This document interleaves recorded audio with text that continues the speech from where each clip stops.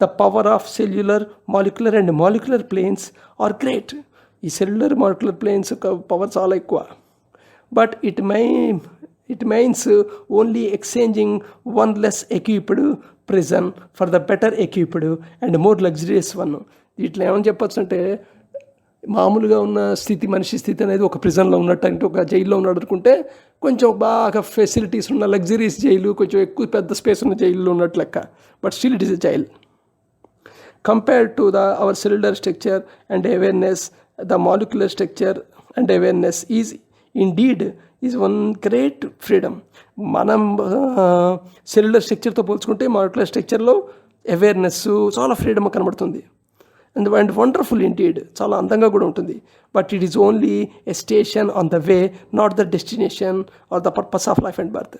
అయితే ఇది నీ ప్రయాణంలో ఉన్న ఒక గమ్యం కాదు, మధ్యలో వచ్చే ప్రదేశం. సపోజ్ మీరు చోటుకి వెళ్దాం అనుకుని బయలుదేరారు, దావులో అద్భుతమైన ప్లేస్ కనబడింది, మీరు వెళ్ళవలసిన చోటుని మర్చిపోయి అక్కడ దిగిపోం కదా, అలా అనమాట. Should our destination be something else and if we find a certain station on the way wonderful, we do not drop out the transport and suddenly decide to stay at that station. అది ఇందాక చెప్పాను కదా, మనం గమ్యం అనుకుని అక్కడికి వెళ్తున్నప్పుడు దావులో అద్భుతమైన ప్లేస్ కనబడితే దిగిపోయి అక్కడ సెటిల్ అయిపోం కదా, మన గమ్యం మందే కదా. If we do, it speaks of A week mind. అలా చేసామంటే అర్థం ఏంటంటే మనకి ఒక ఖచ్చితత్వం అనేది లేదనమాట, వీక్ మైండ్ కింద లెక్క.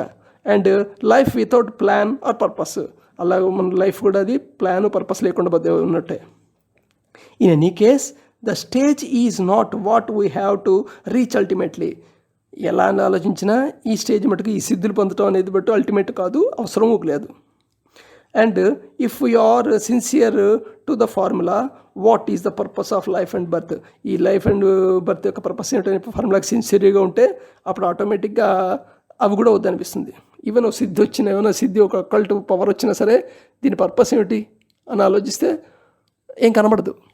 It won't take you to destiny, నువ్వు అనుకుని గమ్యాన్ని చేర్చేది కాదు. సో ఆటోమేటిక్గా దానికి హెరే ఉండవన్నమాట. We shall not get trapped by such a situation, ఈ సిచ్యువేషన్లో ట్రాప్ అయ్యి ఉండిపోకూడదు, బంధం అవ్వకూడదు. On the way and will continue going, అందుకని మన జర్నీ కంటిన్యూ అవుతూ ఉండాలి. However pleasant the station on the way may be, ఎంతో అద్భుతంగా ప్లెజెంట్గా అనిపించే స్టేషన్ అయినా సరే వెళ్తుండాలి. సామాన్యంగా ఎక్కువ సాధువుల్లో జరిగేది ఇదే, ఆల్మోస్ట్ ఆల్ 99.999% జరిగేది అది. The most aspirants not only think that they have arrived, but they also that the junior managing director, the sixth center is the chairman. వీళ్ళు అనుకుంటారంటే ఈ జూనియర్ పారామెంటల్ సెంటర్ ఏది ఉందో అదే అల్టిమేట్ అనుకుంటుంటారు ఈ రీచ్ అయిన వాళ్ళు చాలామంది మ్యాక్సిమంగా. While in fact he is even below the senior managing director. దానిపైన ఇంకో ట్రాన్స్జెంటల్ సెంటర్ ఉంది అనేది వీళ్ళకి జ్ఞానంలో ఉండదు, ఆ టైంలో ఆ ఇగ్నోరెన్స్లో ఉంటారు. మనకు ఎలా అయితే 6th సెంటర్ 5th సెంటర్ ఇగ్నోరెన్స్లో ఉన్నామో ఆ స్టేజ్లో ఉన్నవాళ్ళు 7th సెంటర్ గురించి ఇగ్నోరెన్స్లో ఉంటారు. Such person describe those a great length in prose and poetry. జనరల్గా ఈ స్టేజ్లో ఉన్నవాళ్ళు అద్భుతమైన పద్యాలు రాయగలుగుతుంటారు, పాటలు రాస్తుంటారు, పోయిటరీ ప్రోజ్ రాస్తుంటారు. And peoples that they find are also mislead, వీళ్ళని ఫాలో అయ్యే పాపం జనాలు కూడా మిస్లీడ్ అయిపోతుంటారు ఆటోమేటిక్గా, అదే అల్టిమేట్ అని.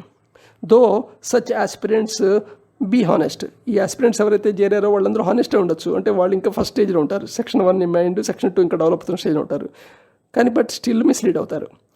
For they firmly believe that they have new reached their destinations. వాళ్ళు కూడా ఏమంటారంటే మేము డెస్టినేషన్ రీచ్ అయిపోయాం, మా గురువు గారితో ఉంటే చాలు, మాకు కూడా జ్ఞానోదయం అయిపోతుంది, మాకు ఎన్లైటన్మెంట్ అయిపోతుంది అనుకుంటారు. If the destination were so near and so easy of access, then poor indeed is the entire creation and its purpose. అంత తేలిగ్గా డెస్టినేషన్ చేరే వ్యవహారం అయితే కాదు ఇది. It takes life's time. The glamour of the stage is so great that aspirants stay there for almost eternity or till such time one informs them. ఈ astral mental ప్లేన్లో చాలామంది హెల్డ్ అయిపోయి ఎంత వాళ్ళు ఉంటారంటే ఎటర్నల్గా ఉండిపోతారు చాలా కాలం, మళ్ళీ వాళ్ళకి ఏదో జర్క్ దగ్గర జ్ఞానోదయం అయ్యేదాకా. They then again realise and new bondage and make a fresh start. ఎప్పుడైతే వాళ్ళు బాండేజ్, అయ్యో ఈ హాస్టల్ ప్లేన్లో మెంటల్ ప్లేన్లో ఈ అక్కల సిద్ధులకి నేను బాండేజ్ అయిపోయాను అని ఫీల్ అవుతారో అప్పుడు ఫ్రెష్ స్టార్ట్ చేస్తారు. విశ్వామిత్రుడి స్టోరీలో అదే కనబడుతుంటుంది మనకి. ఇన్ పొయిటిక్ లాంగ్వేజ్లో చెప్పాలంటే ఈ విషయాన్నంతా, yet although they enjoy the spurious glorious of paradise, nevertheless when they merit is exhausted they are born again in the world of మార్టల్స్.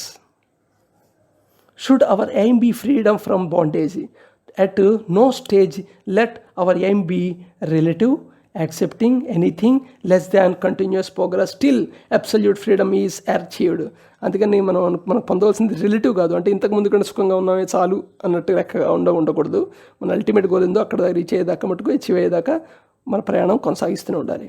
If this required our efforts till the end of the time, our waiting till the end of the creation, felt or not, do not accept even out of exhaustion anything less than asked for.